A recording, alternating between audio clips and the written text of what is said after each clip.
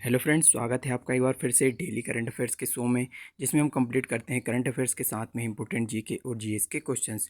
दोस्तों आज 18 जून 2021 और आज जो भी नेशनल या इंटरनेशनल न्यूज़ से जितने भी इंपॉर्टेंट क्वेश्चन होंगे उन सभी को इस वीडियो में कवर करने वाले हैं। साथ में ही दोस्तों इस वीडियो की पीडीएफ फाइल को आप डाउनलोड कर सकते हैं। डाउनलोड करने के लिए हमारे टेलीग्राम चैनल को ज्वाइन करें, साथ में इंस्टा के पेज को भी फॉलो करें। दोनों के ही लिंक डिस्क्रिप्शन बॉक्स में दिए हैं।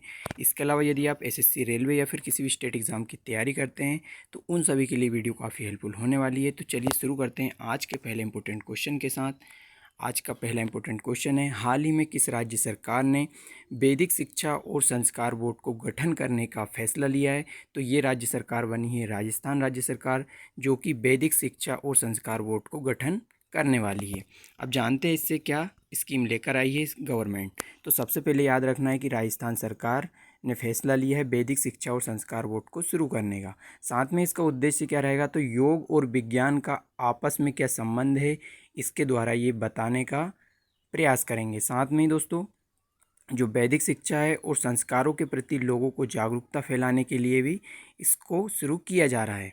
तो इस तरह से पूरे फैक्ट याद रखना था। अब इससे रिलेटेड कुछ इंपॉर्टेंट फैक्ट है, जैसे कि दोस्तों वेदों की ओर लौटो महत्वपूर्ण नारा है जो किन ने दिया था, डायरेक्टली पूछता है तो स्वामी दयानंद सरस्वती ने दिया था। और क्या याद रखना है, दयानंद सरस्वती ने ही दोस्तों क्या की थी, आर्य समाज की स्थापना की थी, ये भी आपको याद रखना है। और इन्हीं की दोस्तों कौन सी एक बुक है इंपॉर्टेंट, सत्यार्थ प्रकाश पूछी जाती है, ये दयानंद सरस्वती की बुक है। तो इस तरह से पूरी चीज़ें दयानंद सरस्वती से आपको याद रखनी है। इसके अलावा दोस्तों जो वेद त्रयी है, वेद त्रयी में 3 वेद शामिल है और एक वेद इसमें शामिल नहीं है, जो कौन सा है, अथर्व वेद है, चौथे नंबर का वेद है और इसी में क्या है, जादू टोना आदि शामिल है। तो ये भी याद रखना है। साथ में दोस्तों जो ऋग्वेद है हमारा सबसे पुराना ऋग्वेद है, प्रारंभिक या प्रथम वेद भी बोलते हैं ऋग्वेद को, और इसमें अगर पूछे कितने मंडल है तो 10 मंडल इसमें है। और जो 10वां मंडल है दोस्तों, 10वें मंडल में है पुरुष सूक्त, और पुरुष सूक्त में ही जो समाज के 4 वर्ण हैं उनको दिखाया गया था, ये आपको याद रखना है। साथ में अगर दोस्तों पूछा जाए कि देश का जो आदर्श वाक्य सत्यमेव जयते किससे लिया गया है, तो ये है मुंडोपनिषद, इससे लिया गया है मुंडो उपनिषद से।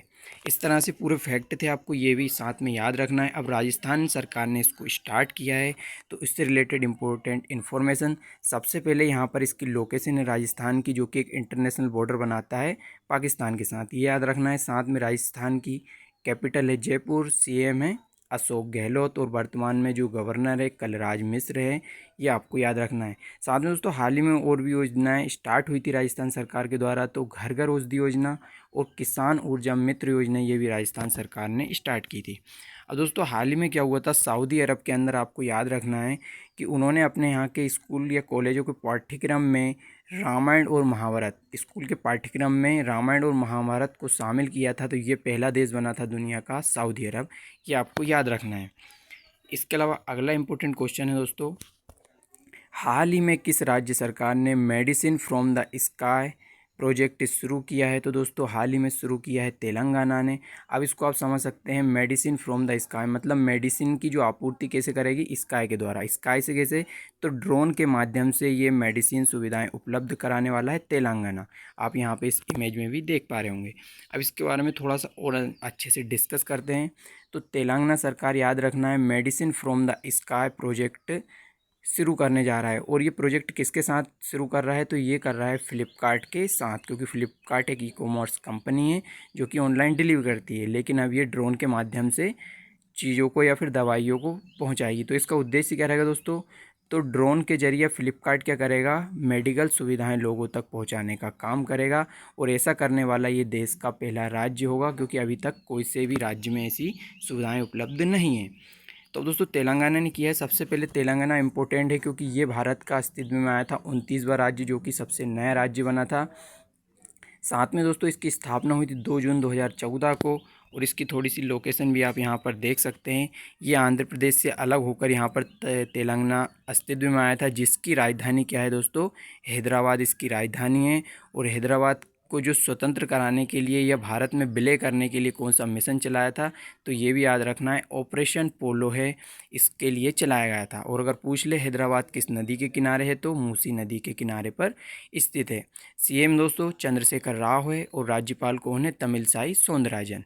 ये चीज़ें याद रखना है। साथ में दोस्तों अगर विधानसभा की सीट पूछे यहाँ पर तो सभी चीज़ें एक साथ याद रखनी है, विधानसभा, लोकसभा और राज्यसभा। 17 × 7 मतलब 119, 17 × 7 = 119। इसमें दोस्तों 17 जो है ये हो गई लोकसभा, 7 हो गई राज्यसभा की सीटें और 119 हो गई विधानसभा की सीटें।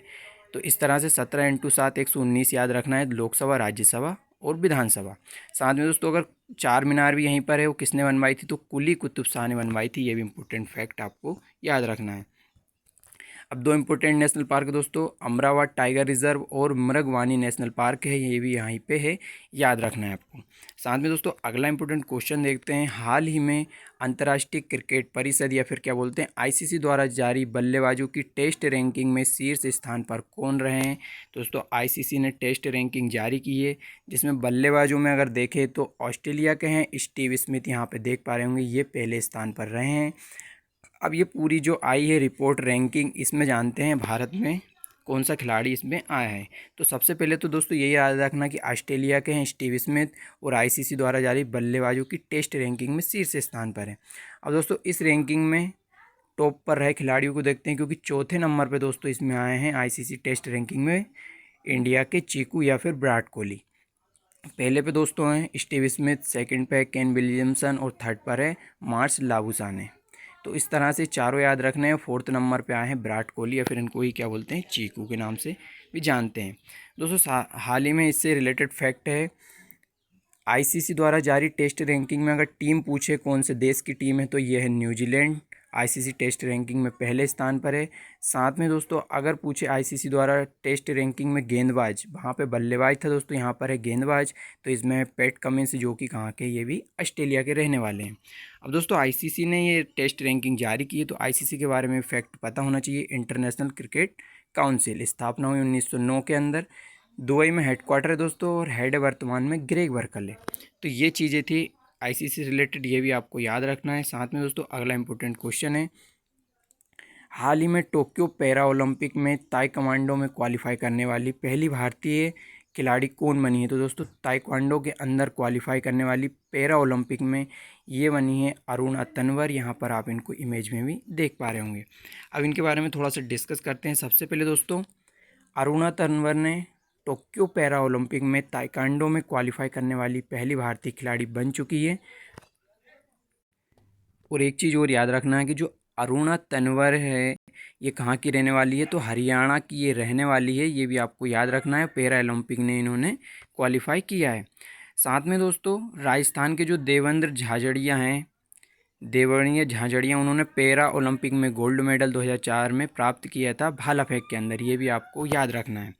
इसके अलावा दोस्तों इम्पोर्टेंट फैक्ट है, हाल ही में टोक्यो ओलंपिक में क्वालिफाई करने वाले खिलाड़ी, जो हाल ही में दोस्तों ओलंपिक हो रहे हैं उनमें क्वालिफाई जिन्होंने किया है उनके बारे में देख लेते हैं। तो सबसे पहले दोस्तों पहली अगर महिला पहलवान पूछी जाए तो ये है विनेश फोगाट। और दोस्तों याद रखना है सभी ओलंपिक में, टोक्यो ओलंपिक में क्वालिफाई करने वाले हैं।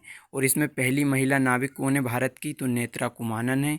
साथ में दोस्तों भारत की पहली महिला तलवारबाज भवानी देवी, पहले घुड़सवार बने फवाद मिर्ज़ा, और भारत के इसमें वेट लिफ्टिंग में क्वालिफाई करने वाली पहली महिला बनी है मीरा चानू। इस तरह से ये दोस्तों ये भी टोक्यो ओलंपिक में क्वालिफाई करने वाले भारतीय खिलाड़ी हैं, सभी को याद रखना है।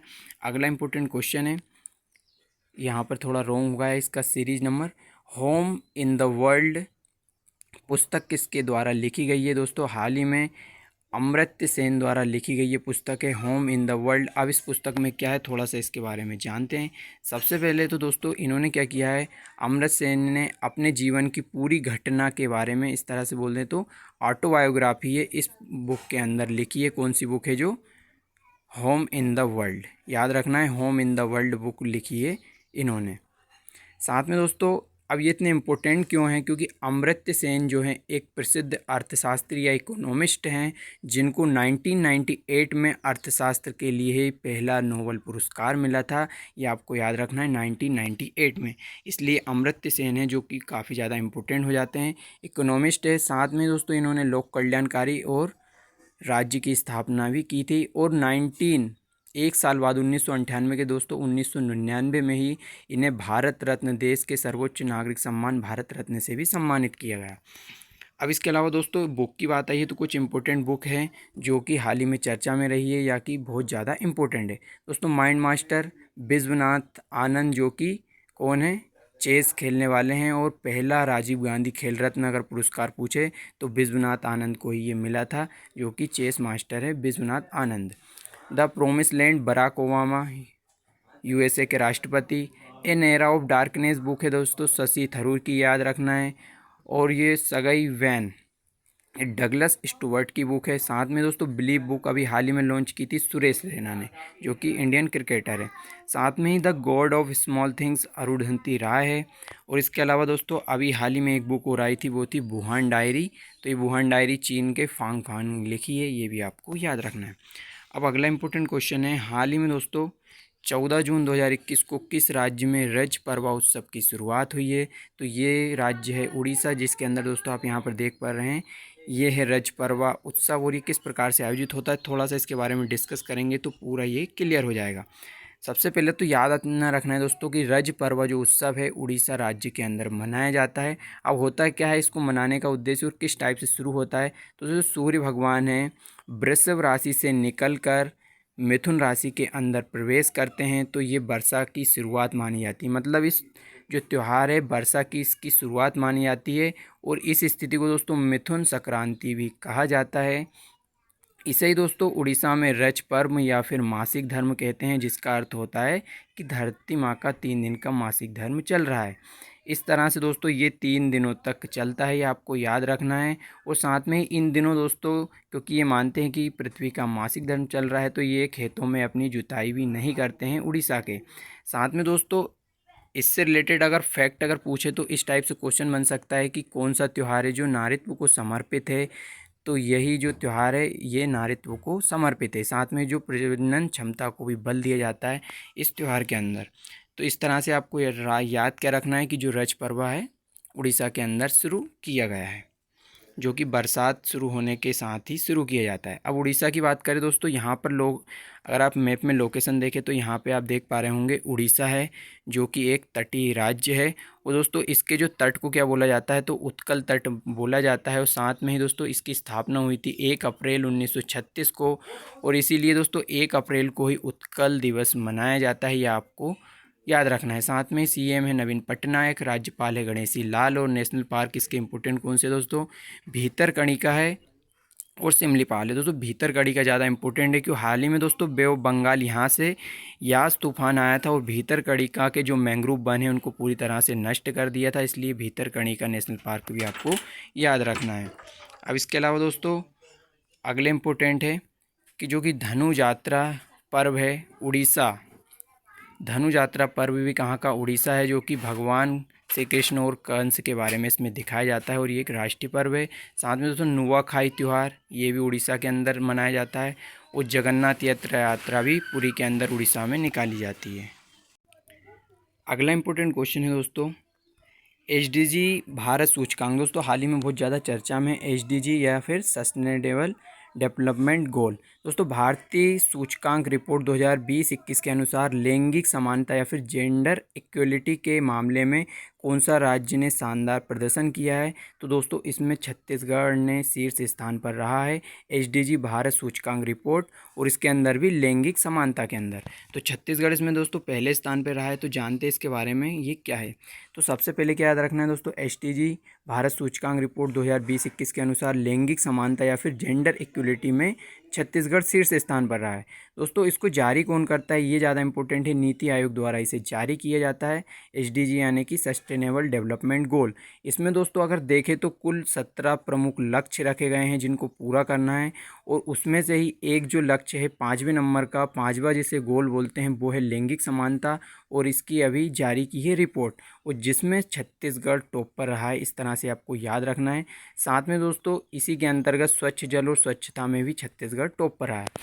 अब जो एचडीजी है इंडेक्स, इसको जानते हैं किस तरह से काम करता है दोस्तों, इसमें मैंने अभी बताया दोस्तों हाल ही में कितने 17 तो इसमें गोल हैं, लेकिन टॉप अगर 5 गोल देखें स्टार्टिंग के 17 गोल दोस्तों इसमें कवर करने हैं। तो एचडीजी पहला 1 है, इसमें गरीबी को दिखाया जाता है, सेकंड में भुखमरी को लेकर रिपोर्ट जारी होती है, थर्ड में हेल्थ को, फोर्थ में क्वालिटी एजुकेशन, और फिफ्थ में लैंगिक समानता। इस तरह से दोस्तों 17 गोल में 5 शुरू के स्टार्टिंग के याद रखना है, और 5वां जो है अभी SDG 5 लैंगिक समानता में जारी किया है। तो इस तरह से ये चीज़ें थी पूरी जो कि आपको याद रखनी है। और हाल ही में दोस्तों रिपोर्ट जारी हुई थी जो SDG की वर्ल्ड के अंदर, इसमें भारत कौन से स्थान पर 117वें स्थान पर रहा था, ये भी आपको याद रखना है। अब छत्तीसगढ़ की बात आई है दोस्तों, राजधानी है रायपुर, CM है भूपेश बघेल, राज्यपाल कौन है अनुसुईया उइके, यहाँ पर आप लोकेशन देख सकते हैं, मध्य प्रदेश से सटा हुआ राज्य है। और दोस्तों अन्य योजनाएं कौन सी स्टार्ट हुई थी, यहाँ पे महतारी दुलार योजना छत्तीसगढ़ में स्टार्ट की गई थी। साथ में दोस्तों लोन बरातू अभियान, यहाँ पर क्योंकि नक्सली समस्या बहुत ज़्यादा है छत्तीसगढ़ के अंदर, और इनको आत्मसमर्पण के लिए ये स्कीम स्टार्ट की गई थी छत्तीसगढ़ सरकार ने। तो ये भी लोन बरातू अभियान भी आपको याद रखना है। दोस्तों यहाँ पे मेंशन भी किया है कि जो SDG इंडेक्स 2020 है, इसमें भारत की स्थान जो वर्ल्ड में कितना रहा है, 117वें स्थान पर रहा है, ये आपको याद रखना है। और भारत के अंदर देखें तो केरला इसमें टॉप पर रहा था। दोस्तों नीति आयोग जारी करता है, नीति यानी कि national institution for transforming India द्वारा जारी की जाती है SDG रिपोर्ट भारत के अंदर, जिसकी स्थापना कब हुई थी, 1 जनवरी 2015 के अंदर। दोस्तों इसका पहले नाम था योजना आयोग, ये भी आपको याद रखना है। PM दोस्तों इसके अध्यक्ष हैं नरेंद्र मोदी, उपाध्यक्ष याद रखना है राजीव कुमार हैं, और CEO कौन है, अमिताभ कांत।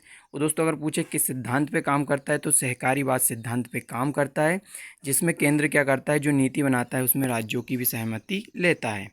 अब अगला इंपॉर्टेंट क्वेश्चन है दोस्तों, हाल ही में किस देश की अंतरिक्ष एजेंसी ने लकड़ी से बने दुनिया के पहले उपग्रह बिसाबुटसेट को लॉन्च करने की घोषणा की है। दोस्तों इंपॉर्टेंट क्यों है, क्योंकि ये लकड़ी से बना है, इसलिए दुनिया का पहला उपग्रह होगा बिसाबुटसेट। तो ये दोस्तों कौन सी एजेंसी, यूरोपीय अंतरिक्ष एजेंसी इसको लॉन्च करने वाली है। इसको यहाँ पर इमेज में देख पा रहे होंगे, ये है बिसाबुटसेट, जो कि दुनिया का पहला उपग्रह होने वाला है।